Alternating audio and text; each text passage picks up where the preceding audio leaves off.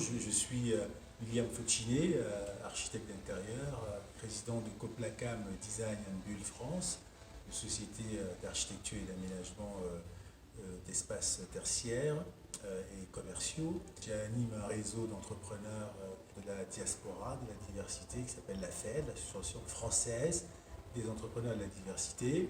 Je viens, il y a plus d'un an maintenant, de monter la première mathéothèque de l'Afrique centrale, qui est portée par mon entreprise africaine qui s'appelle GIPS Africa. Voilà. Et je suis d'ailleurs au Cameroun depuis le 17 mars, bloqué par le Covid.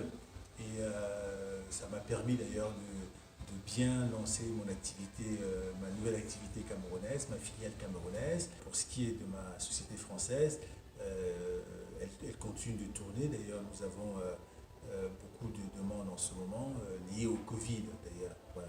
Et comment vous avez aménagé les emplois de temps de vos employés en ce temps de Covid? On a fait comme tout le monde, on a suivi les prescriptions gouvernementales, c'est-à-dire du temps partiel et du télétravail. On n'est pas une exception à la règle.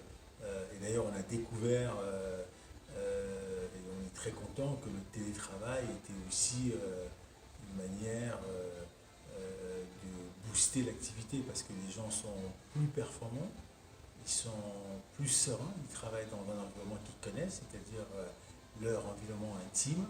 Et on s'est rendu compte que il fallait faire de plus en plus confiance aux collaborateurs. Alors, ce que je constate d'après vos propos, c'est que contrairement à beaucoup d'entrepreneurs qui se plaignent de cette situation sanitaire, cela vous a plutôt avantagé. Est-ce que vous pouvez un peu nous parler de cet aspect? Nous, on a la chance que, en fait, on est architecte et aménageur.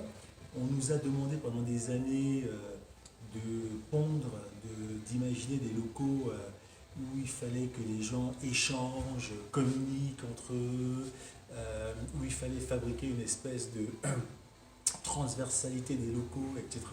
Le Covid est passé par là et on nous demande d'appliquer un thème qui est devenu un thème récurrent, qui est la distanciation sociale, qui est devenu un thème économique fort, dont tout le monde devra en tenir compte. Et forcément, ça passe par l'aménagement des locaux.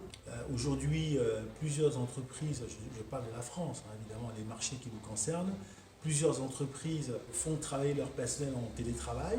Okay, donc vous voyez qu'ils utilisent moins leur surface de locaux et on a quantifié qu'il y avait une perte de 30 à 35% d'utilisation des surfaces de locaux.